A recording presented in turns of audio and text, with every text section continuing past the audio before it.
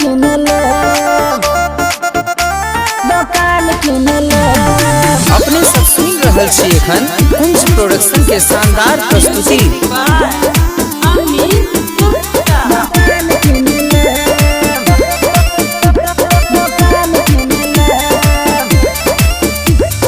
बात मानो सजनी ने हेते परेशान, एक बेर कर दिया ये नादानी।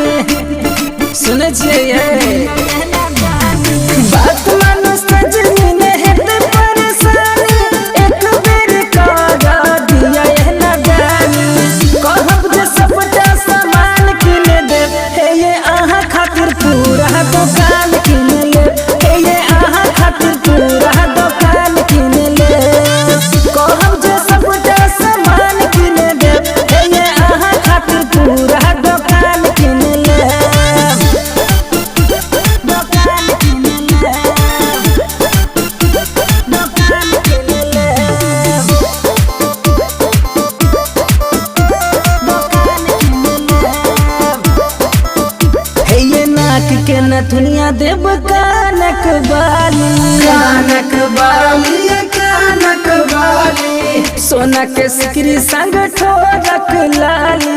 ठोरक लाली ठोरक लाली। सुने छिए हे ये नाक के नथुनिया देव कानक बाली, सोना के सिकरी संग ठोरक लाली।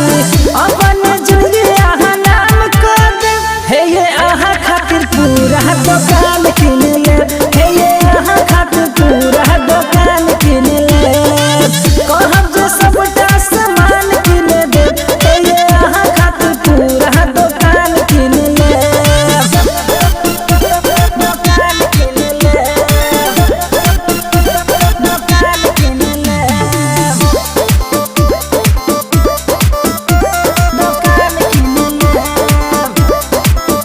हे ये नखरा देखा बुन, हे ये एना तमसाऊ, एना तमसाऊ एना तमसाऊ। भैर मन प्यार कर लग कने आऊ, लग कने आऊ लग कने आऊ। सुने छिए हे ये नखरा देखा बुन, हे ये एना तमसाऊ।